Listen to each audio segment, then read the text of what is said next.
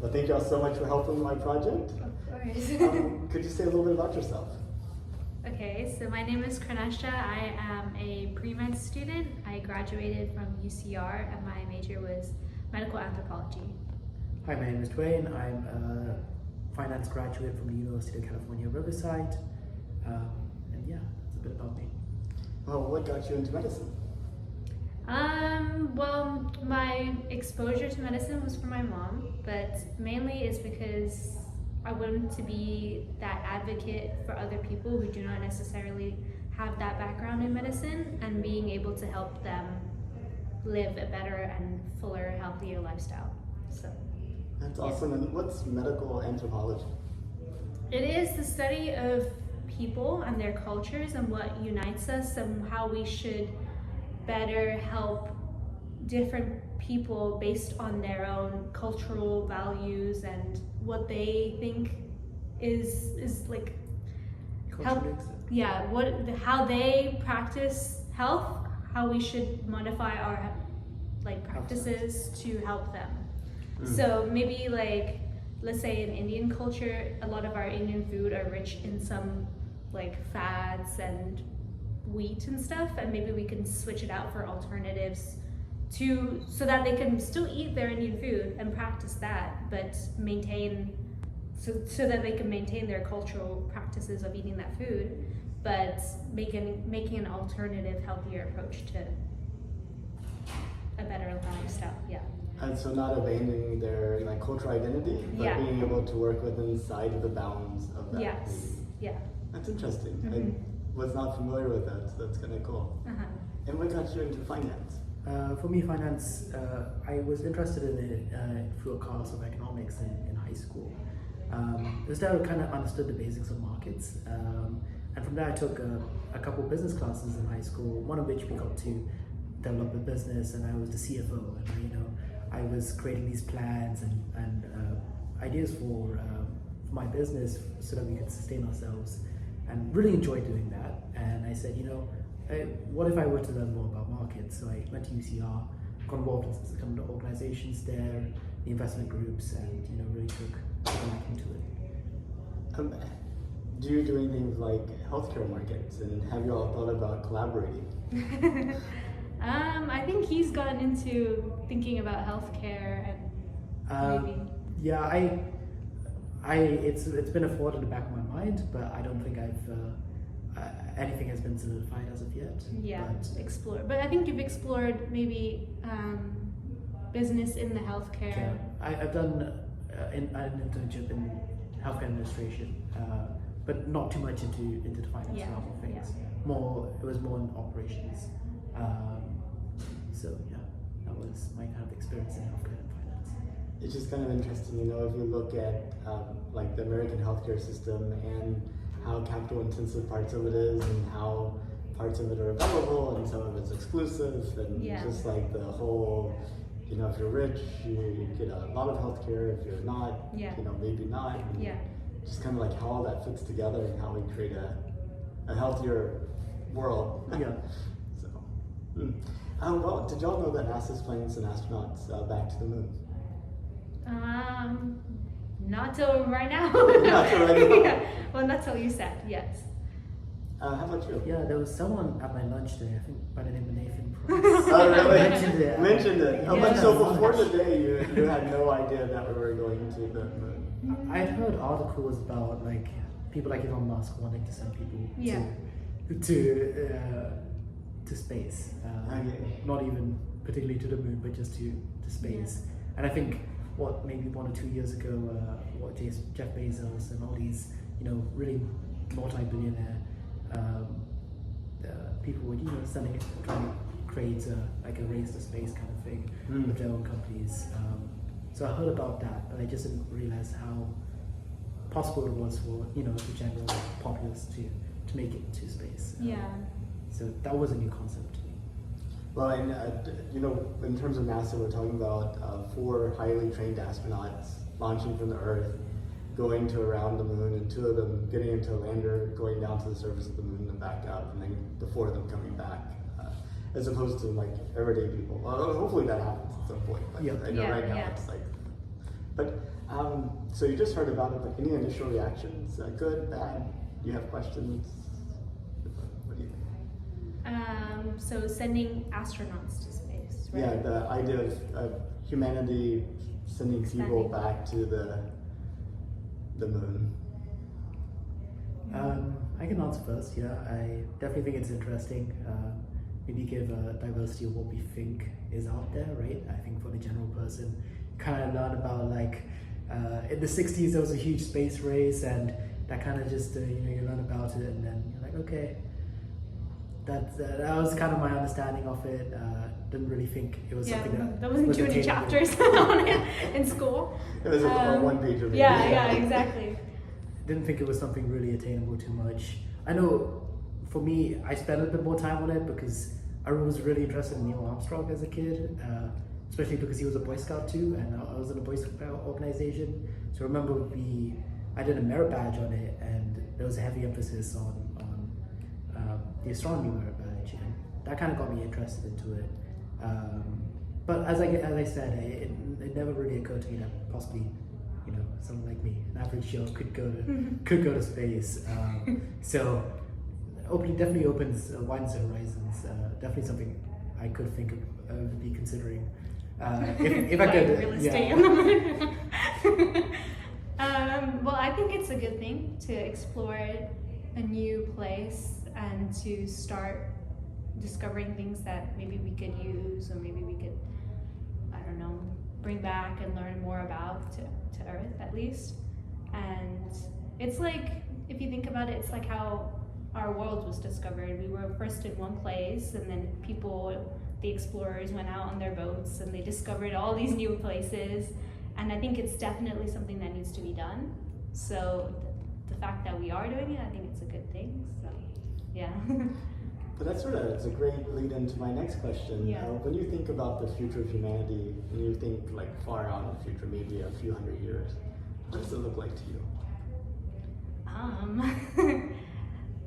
I have no idea. You normally see those like movies where it's very like technology oriented, and especially with Tesla, I feel like Tesla was a big leap into that technology aspect, because everything is very robotic, and also with ChatGPT now we've gotten like the whole AI thing, and it's very new and exciting for us, and it's holds a lot of great applications, and it definitely saves a lot of time, I'd say, which is if we have time, then we can do more things, so Just slip in one question there about ChatGPT. Do you think it's going to make us smarter or dumber? that's funny. I think there should be probably a limit on ChatGPT, maybe, because if we open it up for children, like me and my brother, we did our whole school till college without ChatGPT, right? And we learned how to write, how to do math, like from like basics, like us just doing it. And now having that open to kids that are younger than us and having them use it for school is a bit like, we don't know if it's gonna if it's gonna help them more, or if it's gonna harm them. And I think it's probably gonna harm them more, because you can just rely on it. So maybe there should be a limit, because at least for education purposes, I don't think it's gonna help children per se. It would not gonna help them. But for adults, after you've done your education, I think it would be really good. Yeah. I feel like a lot of it's like context and usage Yeah. dependent. Yeah. I think what I see the problem with ChatGPT is how people are willing to accept the answers from it. Yes. Yeah. And I almost feel like that if it just asks follow-up questions, like, it gives you an answer and says, do you think what I told you is correct or not? Just to stimulate that thought. And it's like, how could you go and verify what I told you? It's just like, just kind of like stimulate that second level of critique and criticism and skepticism. Just to kind of, how do you know something's true? Yeah, critical thinking. Critical thinking, yes. Very Yes. true. So 200 years in the future, better or worse? Oh, of course better, I'm sure. Humanity's traveling outside of Earth, and you have people living on like the moon, Mars, and out in space, or we're still here on Earth, so we're just sending these signal ships to places. Well, do I answer the original question about technology or where I see? Yes. Do you like what's the future of humanity? What do you see? Well, I kind of like relay it back to Back to the Future. I don't want to say something like Uh-huh. it's definitely gonna be, or I think would definitely be there, and then it not be there. Like there was many like theories about what 2020 would look like, right? Yeah, When, yeah. Like in movies like Back to the Future or other things. So, but maybe we might be more dependent on technology, no doubt about it. I think we always have been as we've seen progress. I feel like, take for example, if you're in finance, I know top performers in the market, S&P 500, most of these are tech companies, right? Top performers or within this index, right? So I'm sure that trend is going to live on, right? Yeah. But yeah, I think my only estimation is that we will be dependent maybe a little bit more on technology, and I think maybe. It would be more technologically advanced, I'd say. And I'm certain maybe that if not 200 years or in the next century, we'll definitely come to a point in time where technology can aid us in the process of getting to the moon And space. Yeah. But going back to kind of Chrinesha's kind of her major and stuff like that was kind of like, will we start new cultures or will we like to be in space, right? Because probably feel innate, or maybe we'll find a place that we'll feel at ease or naturally somewhere else. Start like another Americas, right? Combining of all the cultures up there. Yeah, I think I don't know if humans will be. Maybe I would like to think in finance we learn to be risk averse sometimes, right? When making investments, that's a whole lot of risk to take to start a new civilization there. But without risk, you don't get returns, right? So maybe there's something there you're able to discover. There's probably some benefit to living elsewhere, and I think that's what the next generations to come. That's something they can answer with the aid of technology that they have. But surely, yeah. Yeah, it's kind of interesting. Apollo 8 was the first time we had people see Earth from the vicinity of the moon. And what most surprised them was looking at Earth and seeing how small it was. I mean, one of the things that I think maybe space travel gives us is realizing how precious our planet is and how small and finite. Yeah. So it actually could refocus our attention a little bit better on taking care of this place. Yeah. So It definitely provide a new perspective. yeah. I had a thought about, well, first of all, about that question, how do you see humanity in 200 years?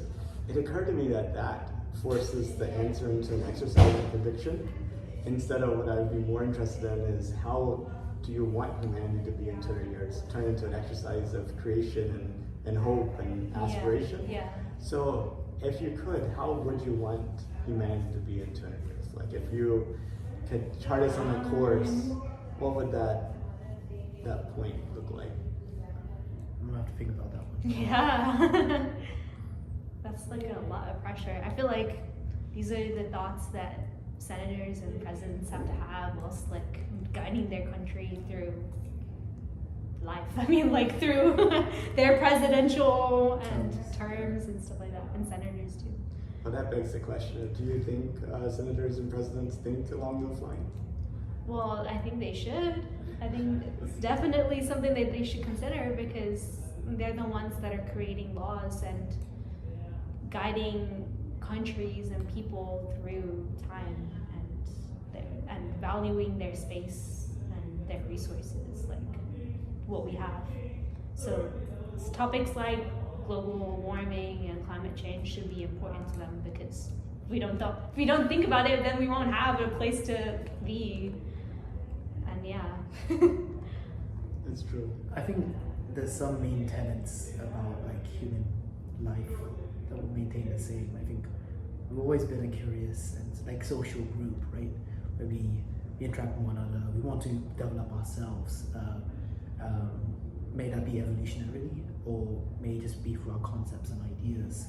I think that main tenet will, whatever might happen, I don't think that tenet will ever, go away from human existence. As long as we're still living, we're trying to develop ourselves. But I think there comes like an ethical part of that, right? Like is too much development too fast really good for a civilization, or is it not, right?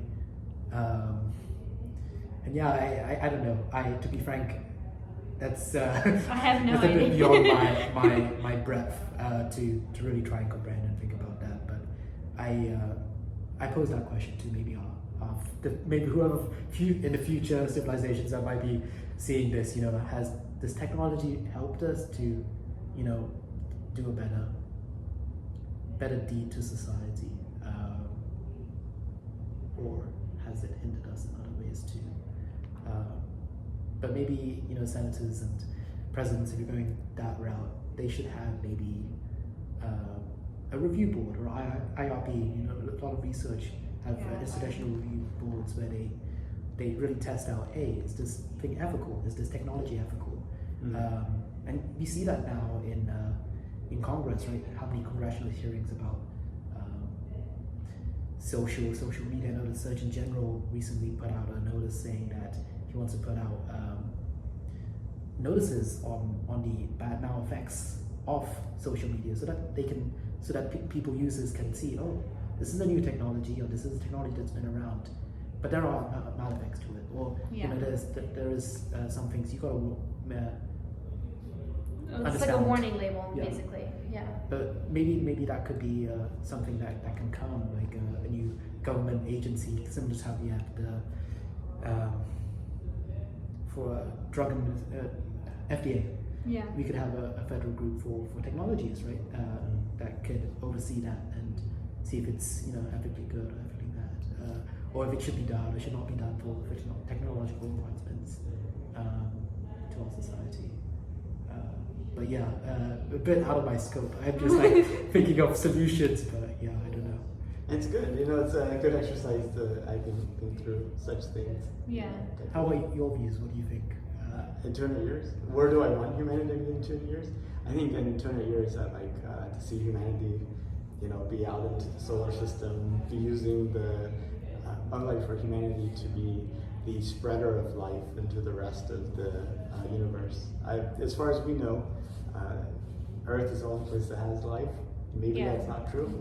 But if it is true, maybe it'd be good to spread it around. I don't think a dead universe is all that interesting, but a living universe that's teeming with life and plants and animals and people's going about their lives in different circumstances, I think would be very fascinating and interesting and could be cool.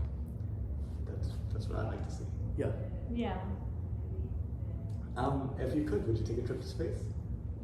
Oh no. No? Like That even from the came quick. VR, even from the VR thing that we did, it was the VR from Space Explorers, and just seeing how difficult and how they had to orient themselves in space. I think it's a luxury to live here. Yeah, so I'm not sure. Maybe if it's like as developed as Earth eventually, then sure, but not a burning desire for me. I'll take the comparison to I remember watching a documentary as a kid where there were these a group of people in a town in London, a town in England, by which they were the first people to sit on a train that went 60 miles per hour. And they were just unable to fathom that they could go 60 miles per hour. They thought they would crash or something would happen, or the human body just couldn't withstand that speed, right, or go at that speed. And the video quite literally showed people like ducking in the train because they were afraid. I would like to think that I'm definitely not one of those pioneers. Like you would not see me on that train station on that day, but maybe in a couple of years once the technology is tested out, I'd go. But another factor for me is time. The time factor is there too. I mean, I also went to the same experience, and I was reading the profiles of the astronauts, and they spent nearly a year, maybe 262 days. Well, forget even preparing, just being there. And I mean, I don't think I could be in space for that long. Mentally, I don't know if that would be like psychologically, right? I don't know if I Survive up there? Yeah, I don't think I would be able to survive in that much lostness and like emptiness. But hey, if my buddies are there, and like a whole bunch of my buddies are there, sure. But I'm sure that's gonna. Boys tripped. Yeah, but you see, like, even if it is a boys trip, like I would need like a whole I need a whole group of people. Like I would need maybe more than 100 or so people. Be like, okay, I'm cool with this. Like the technology is developed, I feel fine about it. Like I'm sure some of the pioneers might have died. Like, and if they, I don't want to be one of those people. Sure. I rather have the technology developed, and then I'll sit and go. And if it isn't, then I won't. I have no great affinity to really go to space, but it would be nice, no doubt about it. Like a cool similar to how we came to Vacation. Texas, like a 5-day trip to Spain. Sure, to space, yeah. I would love that. But You're like a week-long trip to the moon and back. I can do that, but 6 months to Mars, nah, that's okay. Well, thank you all so much for. Did you all, I guess, imagining your children on Mars, in like 200 years, looking back at this video. Is there anything that you would say to your great Oh gosh. stay in school. Stay in school. If they still have school for the time. Exactly. They will. They probably will. They have hopefully. a ChatGPT tutor life that they have from birth that knows everything. They're There's a like, hologram that's teaching 270 days ago, I taught you this fact. How could you forget it? We reviewed and reviewed. I don't even know what I would say. That's like beyond my comprehension. Don't even know. But I would say,